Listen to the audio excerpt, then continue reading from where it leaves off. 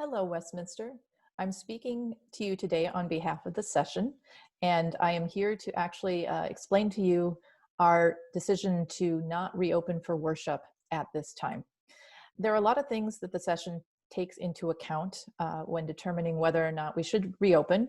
One of the first has to be obviously the numbers, and I wanted to tell you what data we are actually using to make these decisions. So first of all, I'm going to share the following data. Now, this is a chart that tells us the average new diagnosed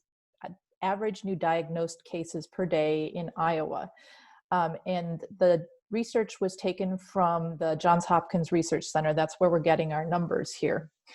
And what you can see over time, each dot corresponds to the average new cases per day for that week. So for example, for the week from March 30th to April 6th,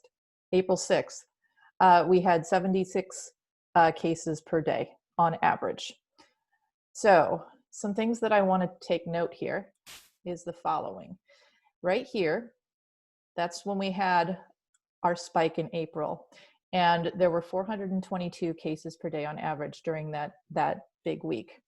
We started dropping off, and at this point in time, this is when session said, hey, maybe we should consider opening up as we hit this point. But of course, then we got this nice spike here.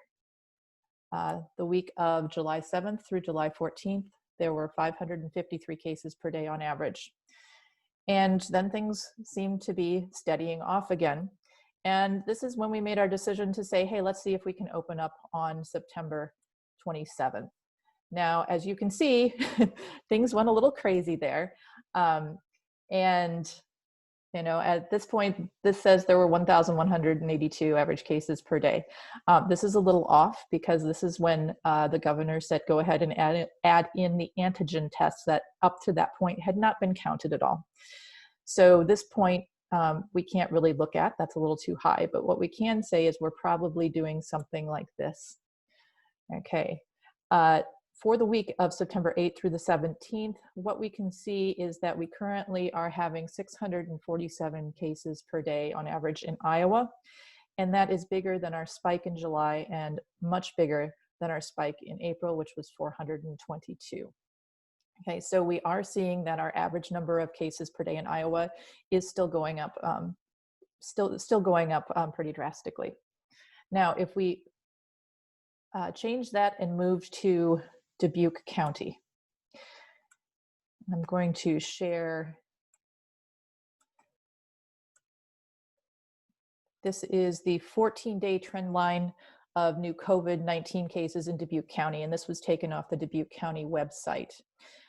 So for example, on September 4th, 2020, there were 38 cases reported in Dubuque County. On September 5th, we had 36, and so on. Now, what we try to do is we want to see, are the cases increasing or are they decreasing? And so we draw what we have in here in red is called a trend line in mathematics.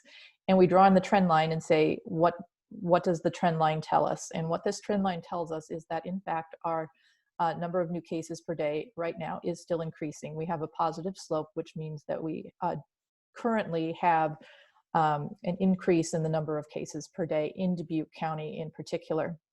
And I will add that that is supported by the fact that yesterday, September 17th, the CDC has labeled the city of Dubuque, Dubuque County, and Iowa. We have been labeled as red zones again, which means that our new cases are above 100 cases per 100,000 people, and that our positivity rates right now are currently above 10%.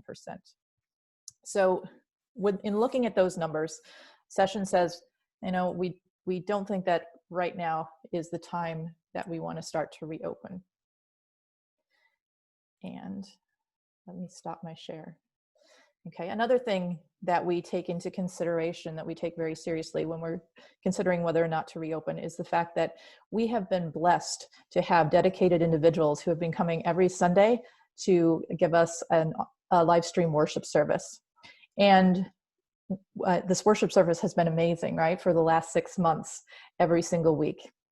And once we return to in-person worship, that means that a lot of things are going to have to change, not only with the in-person worship, but also with the live stream. So for example, we will need to limit the number of people in the sanctuary. Everyone must wear masks. There will be no singing. There will be no responsive readings. And everything that we then do in person is also going to have to be done for the live stream as well. And so since we will be affecting the live stream once we do open up for in-person worship, and because our live stream has been so wonderful, this is something that we take very seriously as well. However, we do understand that there is this desire to get back together. We all want to get back together, right? And worship with our fellow church members, and to pray with them, and to just have fellowship. So what the session has decided to do, we are offering what we're calling prayers with an S. Now this has been done on Tuesday and Thursday evenings in the past month, and it turned out that wasn't a good time. So what we're gonna do is have prayers with an S at 11 a.m. on Sunday mornings. These will be out in the courtyard. We will be following the social distancing guidelines. We encourage people to wear masks while in the courtyard. And it's just an opportunity for us to come together as a community and pray and just have fellowship with one another. And I think that is something that we need. And this is a way that we can fill that void in a safe and responsible manner without actually opening up the church. So in conclusion, what I'd like to say is that, first of all, thank you to all of those people who have reached out to us to share their opinions with us. We really value that. We would also like to say thank you to all the prayers and the support that we've had over the last 6 months. It's been quite a ride. And we want you to know that we continue to meet regularly to analyze this situation. Our next meeting will actually be this Thursday. And so we will be discussing this yet again and looking at the numbers and the trends and all of that type of thing.